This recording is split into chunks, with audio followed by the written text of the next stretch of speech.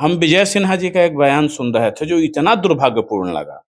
कह रहे हैं कि जब तक स्पीडी ट्रायल चलाकर और कार्रवाई नहीं की जाएगी, ऐसा नियम कानून नहीं बनाया जाएगा, तब तक इससे छुटकारा नहीं मिल सकता है। तो मना कौन करता है आपको स्पीडी ट्रायल चलाने से? अपराध कोई भी हो, अपराध अपराध, हीरा का चोर या खीरा का चोर, दोनों बराबर होता है।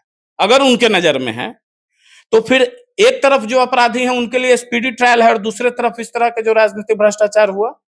तो अगर लालू यादव और उनके परिवार कानून के नजर में दोषी हैं, उनके पास साक्ष्य उपलब्ध है, तो फिर इतनी देरी क्यों? आप त्वरित जांच कर त्वरित कार्रवाई कीजिए। नहीं तो इसका स्पष्ट मैसेज है कि जब जब चुनाव आता है तब तब ही आप क्यों जागते हैं? बिहार कांग्रेस को इस बार बीजेपी मजबूर करने जा रही है कि आप अकेले चुनाव लड़िए। तो नेशनल हेराल्ड केस के जांच और उसके सजा का भय दिखा के हो न हो कि बिहार में वोटों का ध्रुवीकरण न हो सके, उसके बिखराव के लिए कांग्रेस को इंडिविजुअल खड़ा करवा देगी कि आप अकेले लड़ जाइए, ताकि मुस्लिम वोट जो बिहार प्रदेश के अंदर में है वो कांग्रेस पार्टी के कारण ही राष्ट्रीय जनता दल के साथ है। कांग्रेस पार्टी के कारण ही राष्ट्रीय जनता दल के साथ है, तो उस वोट का बिखराव करा दें। नहीं तो जिस हिसाब से जब चुनाव आता है, कांग्रेस पार्टी की परिपाटी देख लीजिए, तो आप किस लिए देते हैं? दोहन के लिए, शोषण के लिए कार्यकर्ताओं का। आप जब जब चुनाव आता है तब तब प्रदेश अध्यक्ष बदलते हैं। कोई एक प्रदेश अध्यक्ष को 2 चुनाव दिए, हटाए, फिर उनको महिमा मंडित किए, उनको हटाए, फिर उनको लाए, उनको हटाए, तो इससे कुछ होना नहीं है। ग्राउंड पे कांग्रेस को काम करना पड़ेगा। ग्राउंड पे चूंकि आप मृतप्राय हो चुके हैं, अगर आपके पास कोई वोट है, किसी वोट के अंदर में आपके प्रति सहानुभूति बची है, तो वो सहानुभूति सिर्फ मुस्लिम समुदाय के अंदर में बची है। इसके अलावा कहीं आपकी सहानुभूति नहीं बची है कि लालू जी के ही दबाव में कन्हैया को नहीं लाया गया, क्योंकि कन्हैया एक सबल, पढ़े लिखे, सक्षम व्यक्ति थे। लेकिन वो क्या किए, पहले जिस दल में थे वहां पर भारत तेरे टुकड़े होंगे, इंशाअल्लाह इंशाअल्लाह करके नारे लगाने वाले गैंग में शामिल हुए, फिर उनको देशद्रोही करार दिया गया। अब उस डर में वो दुबक गए दिल्ली में, लेकिन आज उससे बचे हैं। आज फिर से कन्हैया जी को लाकर फ्रंट फुट पर खेला जा रहा है, तो इससे इस बात की बू अवश्य आ रही है कि कांग्रेस पार्टी इंडिविजुअल लड़ेगी बिहार। राजद सुप्रीमो लालू प्रसाद यादव को ईडी ने समन भेज करके ईडी दफ्तर बुलाया है। लगातार कई घंटाओं से जो है पूछताछ कर रही है। इससे पहले जो है राबड़ी देवी और तेज प्रताप से भी पूछताछ की गई। कहे तो लालू परिवार को ईडी फिर से बुला रही है और सबको समन जारी करके बुला रही है। और लैंड फॉर जॉब मामले से जुड़े हुए तमाम मुद्दे हैं, उन पर बातचीत करने के लिए भी हमारे साथ युवा संगठन दल के राष्ट्रीय अध्यक्ष अमित जी हैं। अब ईडी लालू प्रसाद यादव को बुला करके पूछ रही है। इस जांच से किसको फायदा है? ये जांच जो चल रही है, क्या इससे आम जनता को फायदा है कहीं से भी? हम विजय सिन्हा जी का एक बयान सुन रहे थे जो इतना दुर्भाग्यपूर्ण लगा। कह रहे हैं कि जब तक स्पीडी ट्रायल चलाकर और कार्रवाई नहीं की जाएगी, ऐसा नियम कानून नहीं बनाया जाएगा, तब तक इससे छुटकारा नहीं मिल सकता है। तो मना कौन करता है आपको स्पीडी ट्रायल चलाने से? आखिर ऐसी दोहरी नीति क्यों है? अपराध कोई भी हो, अपराध अपराध, हीरा का चोर या खीरा का चोर, दोनों बराबर होता है। अगर उनके नजर में है तो फिर एक तरफ जो अपराधी हैं उनके लिए स्पीडी ट्रायल है और दूसरे तरफ इस तरह का जो राजनीतिक भ्रष्टाचार हुआ। इस देश में मैं पूछना चाहता हूं कि इस देश में याद होगा देशवासियों को कि दूरसंचार घोटाला हुआ था, सुखराम जी के द्वारा नाम आया था, जिनको कहा गया कि ये दुखराम है। तो उससे लेके बोफोर्स से लेके आज चारा घोटाला तक क्या हासिल हो गया? आप सिर्फ कन्विक्टेड कर दिए भाई, या उनको बेल भी मिल गया है, आप उनको चुनाव लड़ने से रोक दिए, लेकिन जनता का पैसा क्या वापस आया? जनता की जो गाढ़ी कमाई, टैक्स के पैसे की जो बर्बादी हुई, अगर न्यायालय ने उसको संपुष्ट कर दिया तो वो पैसा तो वापस नहीं आया। अब आज की तिथि की हम बात कर लें तो अगर लालू यादव और उनके परिवार कानून के नजर में दोषी हैं, उनके पास साक्ष्य उपलब्ध है, तो फिर इतनी देरी क्यों? आप त्वरित जांच कर त्वरित कार्रवाई कीजिए। नहीं तो इसका स्पष्ट मैसेज है कि जब जब चुनाव आता है तब तब ही आप क्यों जागते हैं?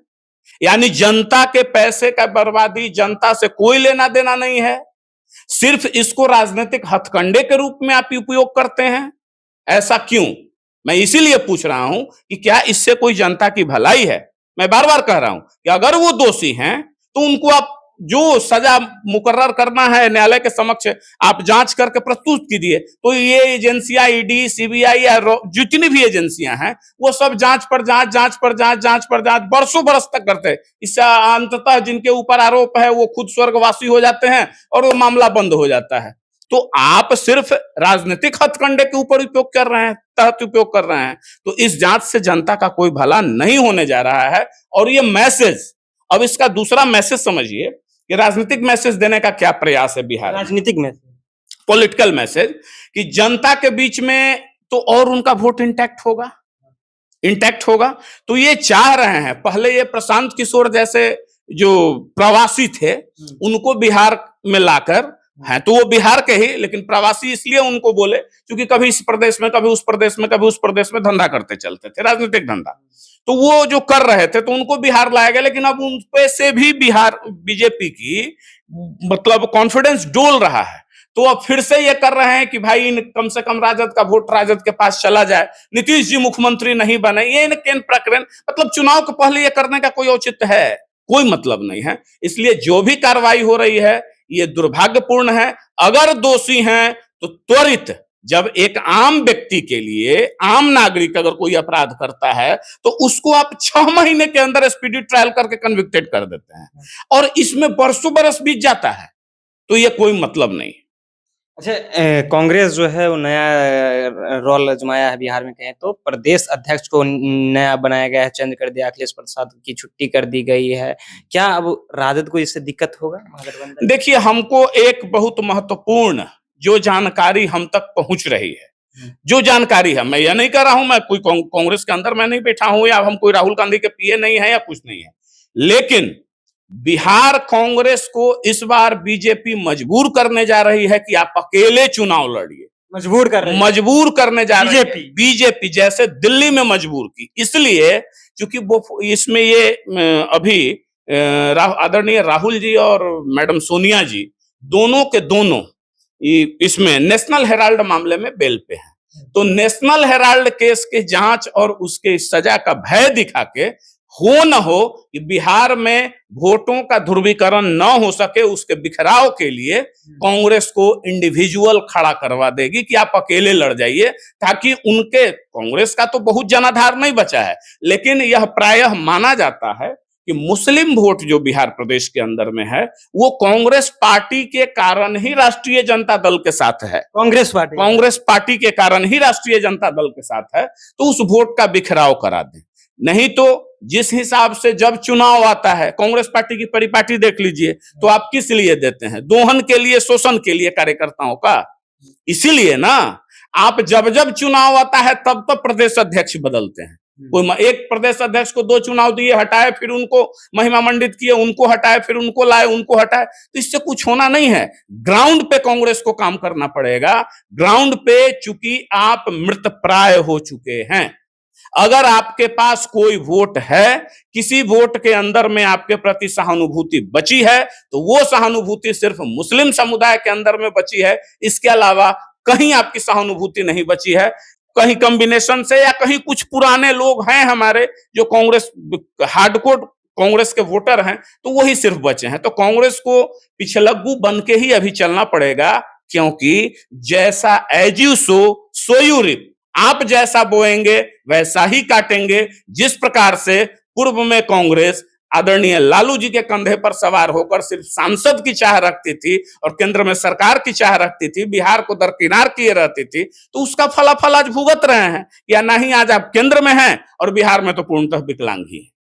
कन्हैया कुमार को यहाँ पे बुलाया गया है। कन्हैया कुमार यात्रा पर निकले हैं रोजगार को लेकर के। युवाओं की एक फौज कही जा रही है कि आप कांग्रेस की ओर झुकाव कर रहा है, ये लग रहा है? नहीं, देखिए, इसीलिए तो हम कहे, क्योंकि अगर दोनों पार्टियों को मिलकर लड़ना होता तो आदरणीय लालू जी के दबाव में, जो राजनीतिक गलियारे में चर्चा थी कि लालू जी के ही दबाव में कन्हैया को नहीं लाया गया, क्योंकि कन्हैया एक सबल, पढ़े लिखे, सक्षम व्यक्ति थे। लेकिन वो क्या किए, पहले जिस दल में थे वहां पर भारत तेरे टुकड़े होंगे इंशाअल्लाह इंशाअल्लाह करके नारे लगाने वाले गैंग में शामिल हुए, फिर उनको देशद्रोही करार दिया गया।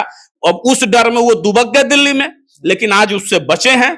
आज फिर से कन्हैया जी को लाकर फ्रंट फुट पर खेला जा रहा है, तो इससे इस बात की बू अवश्य आ रही है कि कांग्रेस पार्टी इंडिविजुअल लड़ेगी बिहार में। तो इससे वो आ रही है कांग्रेस पार्टी इंडिविजुअल लड़ेगी बिहार में। विधानसभा का चुनाव है, हम तमाम मुद्दे पर बातचीत कर रहे थे। जिस तरह से लालू प्रसाद यादव को ईडी दफ्तर बुलाया गया, पूछताछ की जा रही है, कांग्रेस के नए प्रदेश बने हैं, अध्यक्ष बने हैं, तमाम मुद्दे पर हमारे साथ बातचीत कर रहे थे। अमित जी, आपकी क्या प्रतिक्रिया है? अपनी प्रतिक्रिया नीचे कमेंट बॉक्स में छोड़ जाइएगा। आप देख रहे थे जनता जंक्शन। बहुत बहुत धन्यवाद।